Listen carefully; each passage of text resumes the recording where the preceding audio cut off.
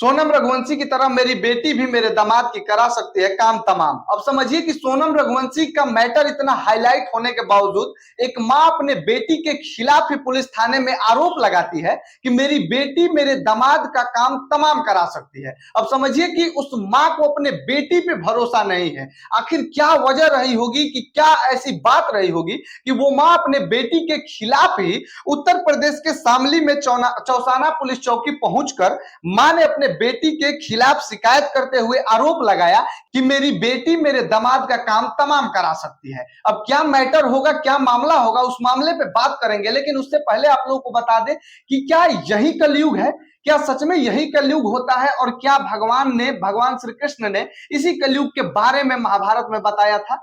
मतलब कलयुग आ जाने के बाद इतना कुछ होगा जिसका हम लोग जिसके बारे में सोच भी नहीं सकते हैं।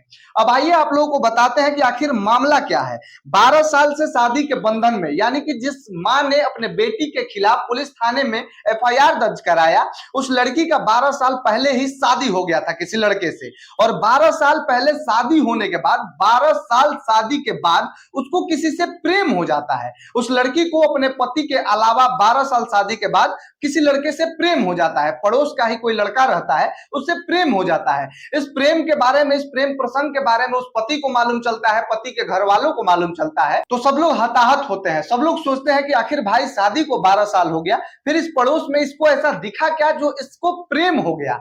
और बता दें आप लोगों को कि ये प्रेम रेम कुछ नहीं लोगों को होता है। पता नहीं हवस की शिकार ये लोग बन जाती है कि इन लोगों की मन की इच्छा क्या होती है, अच्छे से हम नहीं बयां कर पाएंगे, लेकिन इतना जरूर कह पाएंगे कि ये प्रेम नहीं होता है। प्रेम को ये लोग बस बर्बाद कर रहे हैं, बदनाम कर रहे हैं, और प्रेम के नाम पे बस ये लोग व्यापार कर रहे हैं। बीते दिन ऐसे मामले आते हैं, डेली प्रतिदिन रोजाना ऐसे एक मामले आते हैं, और न्यूज़पेपर में, नेशनल मीडिया में, सोशल मीडिया में आप लोग देखते होंगे, कोई पत्नी अपने पति को छोड़कर दूसरे के साथ फरार, कोई पत्नी अपने पति का काम ही तमाम कर दी, तो कोई पत्नी सोनम रघुवंशी की तरह पत्नी हनीमून के लिए जाती है अपने पति के साथ और वहीं पे काम तमाम कर देती है पति का अपने प्रेमी के साथ मिलकर। ठीक इसी तरीके से ये भी प्रेम प्रसंग का मामला था। तो जब इस लड़की के पति को मालूम चला कि ये किसी के साथ प्रेम संबंध में है, तो उसके बाद इस लड़के ने उस लड़की की मां को ये सारा घटना बता दिया। जब मां को घटना बताया तो मां यहाँ लड़की के ससुराल पहुंच जाती है, और ससुराल पहुंचने के बाद अपने बेटी को डांट डपट करती है, अपने बेटी को डांटती है, पता नहीं क्या क्या करती है। उसके बाद भी बेटी नहीं मानती है, तो फिर वो मां अपनी बेटी को अपने घर लेके चली जाती है, यानी कि उस लड़की के मायके लेके चली जाती है। तो लेकिन वो लड़की इतना से ही कहां रुकने वाली थी भाई साहब, वहां 5 दिन अपने मायके में रुकने के बाद वो अपने प्रेमी के साथ फरार हो जाती है। उसके बाद पूरा अफरा तफरी मच जाता है। सब लोग सोचने लगते हैं कि आखिर ये लड़की गई कहां। सब लोग हैरान हो जाते हैं, लड़की की मां हैरान हो जाती है। लड़की की मां उस लड़की के पति को बताती है, उसके ससुराल वालों को ये पूरी घटना बताती है। सब लोग हताहत होते हैं। उसके बाद उस लड़की से सब लोग रिश्ता तोड़ लेते हैं। लड़की के ससुराल वाले भी, लड़की के मायके वाले भी, लड़की के माँ बाप, सब लोग रिश्ता तोड़ लेते हैं। और सब लोग सोचते हैं कि अब ये मेरी बेटी है ही नहीं, और वो पति सोचता है कि अब ये मेरी पत्नी है ही नहीं। सारे लोग रिश्ता तोड़ लेते हैं, लेकिन क्या पता था कि आगे ऐसा भी हो जाएगा। तब तक बीती रात वो लड़की अपने ससुराल, यानी कि अपने पति के घर, अपने प्रेमी के साथ पहुंच जाती है। अब समझिए कि इसके बाद कितना बड़ा खेल हुआ होगा।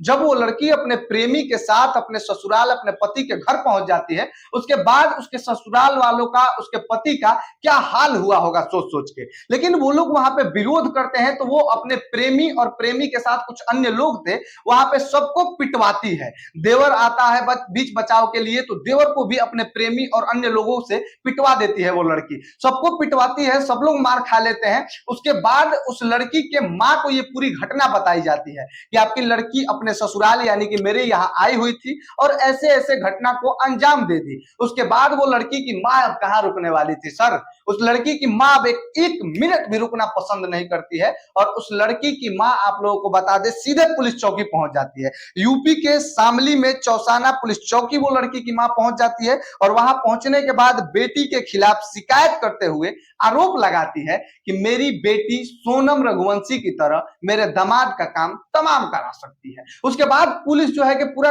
कड़ी एक्शन में आती है, और उसके बाद जो है कि उस लड़की पे कार्रवाई किया जाता है। आप लोगों को बता दें कि ये मां ऐसी थी, और उस लड़की की मां, मतलब समझिए कितनी निडर थी वो। उस लड़की की मां जो है कि अपनी लड़की का पक्ष नहीं ले रही थी, अपने दामाद का पक्ष ले रही थी, तो उसके बाद वो जाके सीधे एफआईआर कराती है। अगर दूसरी माँ होती तो अपनी बेटी का साथ देती, अपनी बेटी का जो है कि तरफदारी करती और वो ससुराल वालों पे ही आरोप लगाती कि आप लोग हमारे बेटी को तंग करते होंगे, आप लोग हमारे बेटी को परेशान करते होंगे। लेकिन इस माँ के जज्बे को सलाम है, इस माँ को सलाम है कि ये माँ ऐसी है कि अपने बेटी के बारे में सारा कुछ जानती थी, अपनी बेटी के हर एक जो है कि रवैये से वाकिफ थी। उसके बाद वो थाना एफआईआर करने पहुंच जाती है, क्योंकि कहीं ना कहीं उसको डर था कि सोनम रघुवंशी की तरह ये भी अपने पति का काम तमाम करा सकती है। आजकल के लड़कियों पे भरोसा है ही नहीं।